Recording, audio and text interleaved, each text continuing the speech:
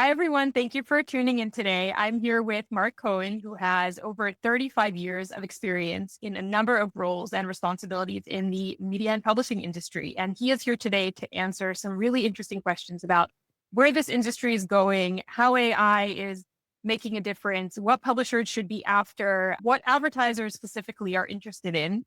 And we have so much to dive into today. So let's get started. Mark, thank you so much for joining us. Thanks, Rachel. It's good to be here.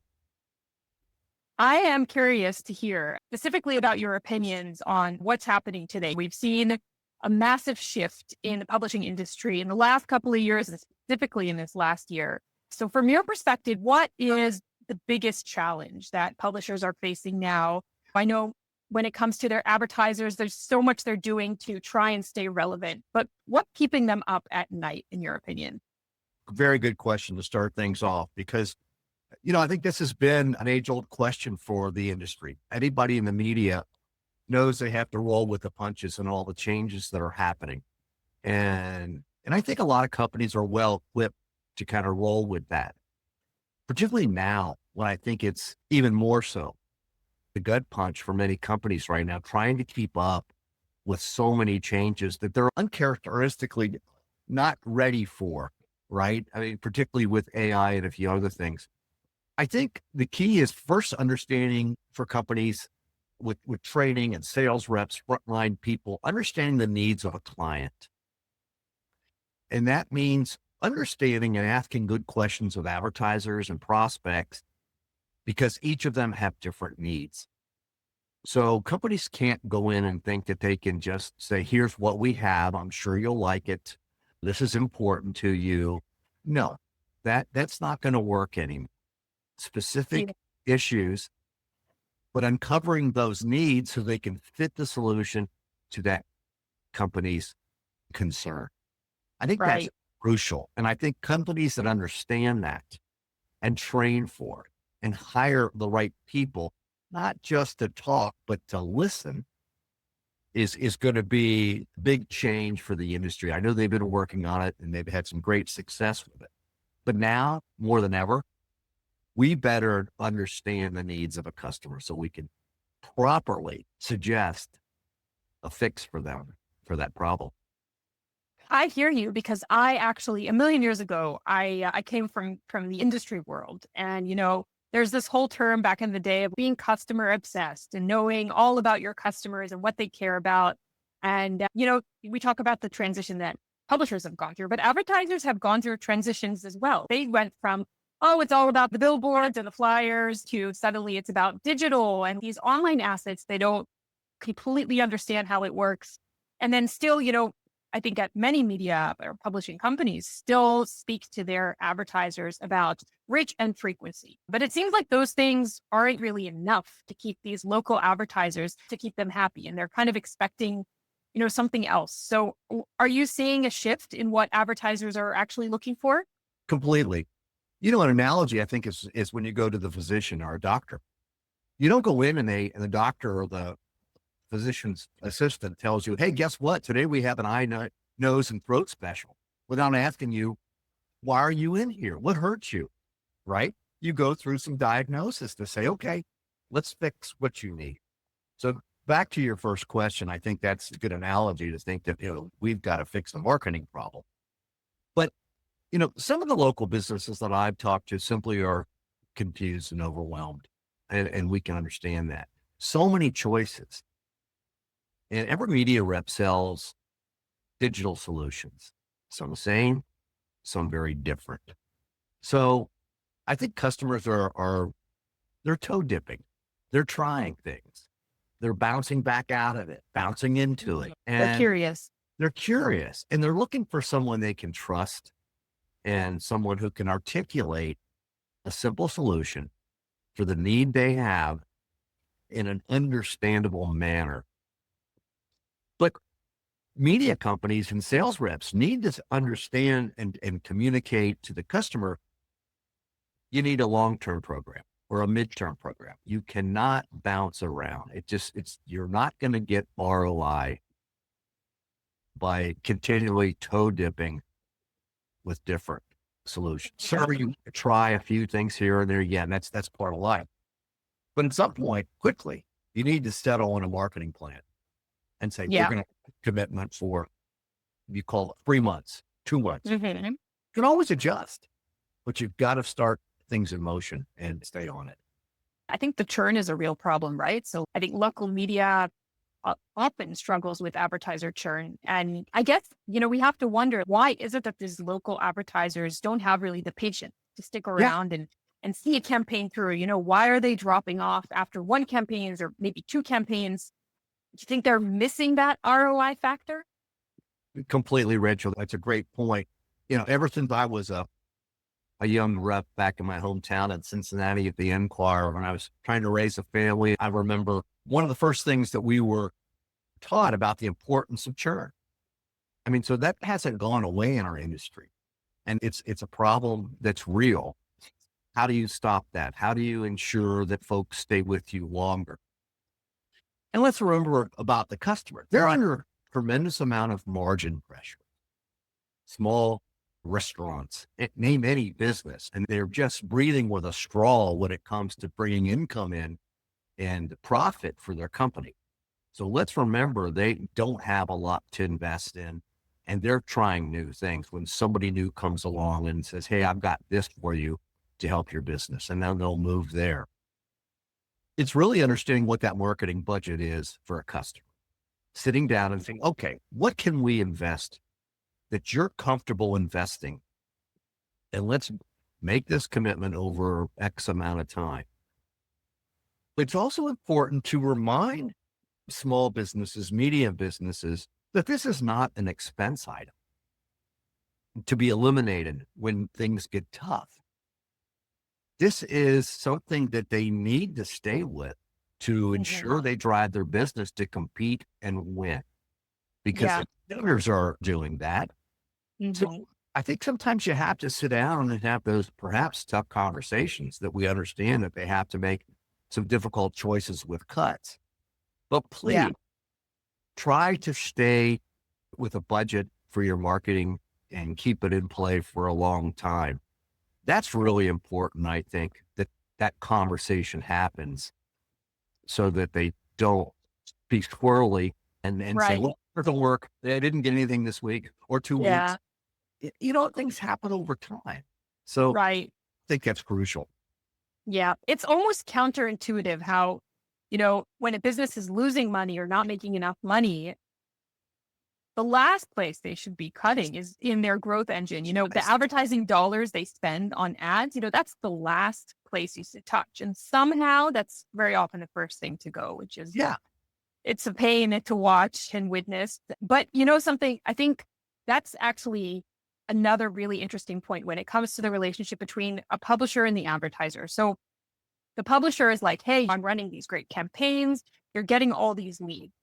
But then what happens is these leads don't always translate into actual paying customers, which translate into money in the bank. So there's this gap there between great leads, great campaigns, state of the art campaigns being delivered. But then at the end, if the small business or advertiser, which, doesn't always have the capacity to do everything, if that business isn't sitting there waiting on the receiving end of these leads, waiting to do everything they can within their power to convert that lead into a paying customer, then the whole funnel is broken and there's really not much that the agency can do about it or a publishing company can do about it. And I've actually seen a recent study where it said that if you're an advertiser and you get back to a lead within a few minutes, you are 400 times more likely to convert that lead into a paying customer than if it's the next day. So how can publishers actually help their advertisers automate that first touch, get the best chances to convert those leads into paying customers and not have their ad dollars go to waste? Well, I think you said it best, that we've all experienced or talked to customers or friends of ours who run businesses that sometimes are overwhelmed with some of these leads and unsure what to do with them, or don't have the proper personnel to figure out what to do to contact some of these people. Our job in the media business and marketing is to present companies with opportunities, but their job is to really convert them up front with them and just talk to them and explain their products to them. Back to communication, I think it's important that media sales reps communicate along the way the issue from a customer and media companies of being a true partner means helping the customer out in the back end and saying, this is going to happen. Okay. If we're doing our job, you're going to get some new leads from new customers. So let's talk about this. Do you have the personnel or a plan in place to pick these leads up and do something with them? We can automate. Highly suggest that. Make it easy for you. Very important, but you need to do this on your end. So let's talk about this program to help you with these leads and what you plan. Mhm. So, our job is not done as a sales rep to say, we're selling it to you. Yay, I get the commission. I'm out. No, Goodbye and good luck. I thank you. I'm moving to another customer. It's about a partnership. And that distinguishes a good rep, a great rep from an average rep, that they really care about the customer. They really discuss all the programs behind the scenes and what they can expect to happen. That's that trust. And that trust Mhm. means telling them what hopefully can happen with the leads, and you better have a plan for it. Yeah. I think it's almost like the media companies are sort of traveling down the funnel with their customers. So they go from just being this like top of the funnel, pure awareness provider to, hey, let's actually work on getting these leads converted for you. Let's, deliver real business, which Yes, translates into real money in your bank account. And, a partnership has to come in here somewhere because, these media publishing companies, they need the tech provider to step in and provide these tools for the advertisers to respond faster and even just get alerted on time and hopefully convert more of these leads into paid customers. But really. when selecting a tech partner, you have to be careful because, it's going to be a long-term partnership. There's going to be some level of investment, and you really have to be selective in who you choose. So when publishers are vetting these new strategies, looking at these different tech partners and they want to close that ROI gap for the advertisers, what should they be looking for to ensure this is really a long-term fit and not really a vendor selection? It's more of a real partnership. Completely. First of all, you don't invite everyone to your home and give them your spare bedroom, right? That's a little scary. Yeah. And if you're going to bring someone in your house and, you know, integrate with your family and your children and your employees, you better know them and understand that there's a comfortability factor of who they are. So it's important to vet who you're bringing in. And I think when you make that choice as a media company, is your partner a great communicator? I keep bringing up communications, but I think it's central to almost everything we do in life. Yeah. No, that's really important to set the parameters for a partner in a media company. You also need to understand, is this company staying ahead of the industry changes? We talked about pain points and issues and all the things that are fast moving through the industry. Is your partner really attuned to that? Do they really know what's happening? And are they ready for a year down the road? Are they preparing not just for the now, but for tomorrow? So when things shift, your partner is right there for them. That's Hmm. make that judgment. Yeah. Of course, the same thing is knowledgeable. Do you really know what they are going through as a media company? The pressures, the margin issues, the churn of sales reps, the tremendous amount of pressures of perhaps board members or some of the things they're going through as a company. Understanding that company to begin with. Is it private? Is it public? What's happening behind the scenes as a partner slash vendor? You need to understand that. And so if I'm a media company making a choice, I want those folks to know about me and what I'm doing, Mhm. right? Yeah. The reliability is important. Have you done this? Have you been around? Do you have a good success track record? Those are crucial. You don't want somebody in your home who's never Yeah. done this, who doesn't have those skills that they know what they're doing. Very important. Hmm. Next point is, are they willing to make strategy shifts? You know, we get up every morning, every day, and we ready to go in plan A. Let's go here. Well, most of us live in plan B and C. Things don't always go right. We know that. And Oh every man. slide. So you better have a plan B and C and be comfortable living in it. So I think a good partner needs to be ready as a media company to say, okay, we have a plan. We Hmm. also need to go down some new roads. Yeah. They communicate that. Are you ready to hold my hand and let's go here? This didn't quite work like we hoped, but Yeah. we're big enough to say, you know what? Let's make a shift. I think that's Right. we're making those choices with a good partner. It's so important to address, the needs of a partnership versus I'm just selecting a vendor. Because when you're Yes. looking for a vendor, I remember one of the first things that I learned when I started working, in the tech industry is when selecting a provider for a critical service, ask about the roadmap. And I remember my first manager ever told me this, just like, ask about the roadmap. Like, why would I ask about the roadmap? I just want a solution for a problem I have today.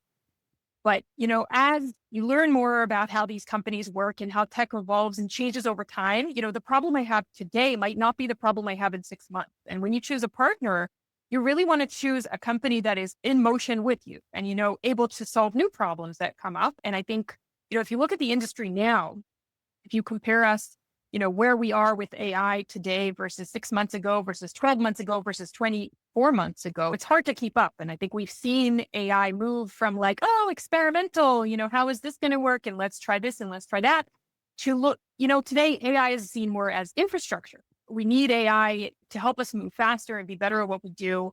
I guess when it comes to advertisers, how do you see AI helping advertisers do more with these leads and convert more of the ad dollars they're spending into ROI, into, real business and real money in their bank account? I think when you bring AI up to some of your friends, colleagues, businesses, there's a little bit of trepidation for obvious reasons. But I think we have to remind folks and companies that it's not AI alone, it's HI, human intelligence combined I with love that. artificial intelligence. Yeah. So this is not run amok AI that you're chasing and you realize, oh my gosh, they're running things for my company. No, they're helping you. And you do have people involved, whether that's a partner or somebody in your company that's watching over AI to combine a nice 1-2 punch, blazing some trails that you've never gone down because of AI. Look, your competitors are using it. Okay. And the old adage that today's the worst day for AI. Tomorrow's going to be better. And so, this is not going away. This is an item for now. It's not just a hot fad. It's here. So, it's crucial to understand that uh, explaining to customers and media companies, partners, where it fits in your marketing and even in the way you're running a business to have that AI conversation. And, AI is not always right, but that's where human intelligence comes in to correct it. That's softening Absolutely. a little bit, Right. right? That it's not this entity blazing a trail out there, Hmm. or just holding on, hoping it's going to be just fine. So that's that fear factor that, Hmm. hey, we understand that this will make you nervous. And it Hmm. does everybody. But Yeah. what about some of the other technologies going back to 50 years that happened to us that we just thought, oh my gosh, it's going to change everything. I'm not equipped for it. I don't have the personnel to handle that. We got through that. In fact, it helped our businesses. These are game changing moments for us as AI is. So when you Hmm. communicate that side of it, softer side of AI, Yeah. HI, Hmm. I think it makes sense a little better that way. Right. I mean, from research that we've done, it looks a lot of these small business advertisers, they're hesitant. They're not ready to lose control. They work so hard to build these businesses. If AI makes a mistake, it's not just like, oh, the company I work for, we had this little glitch. Like, this is their business. They've Yes. poured years of their life into this. Yeah. Mistakes are expensive when you're Yes. a local business owner. And what I found is that you kind of have to position AI as just a force that works for you and with you and never against you. That's And I it. think today, most of the solutions that are built for these local businesses will never completely override the user and just do something, using their own judgment. It's always going to be in favor of that business owner. It's always going to be in favor of the local advertiser, whether it's drafting a response so the advertiser can respond faster to the incoming leads, or quickly checking their availability and suggesting these are the slots you should use to book this next call or next appointment. Or even, I know businesses that really struggle to prepare these price quotes and estimates for these incoming inquiries about projects, to be able to just do that and then have the business owner review it. So these are tasks that can save hours and hours of the local business's days and time And every single day. completely. And what's a good drill to do for a customer when they're apprehensive with AI is to say, look, you've had sporadic marketing. Nothing's connected. Your radio is this, your digital is this, your signage is this at the store. We don't know what your brand is or who are you. Let's Yeah. do that through AI, and let's give you a branding state and help you out with one voice that you're comfortable with, that you can take and mold, and Mhm. instead of, many points of light for marketing that's not connected.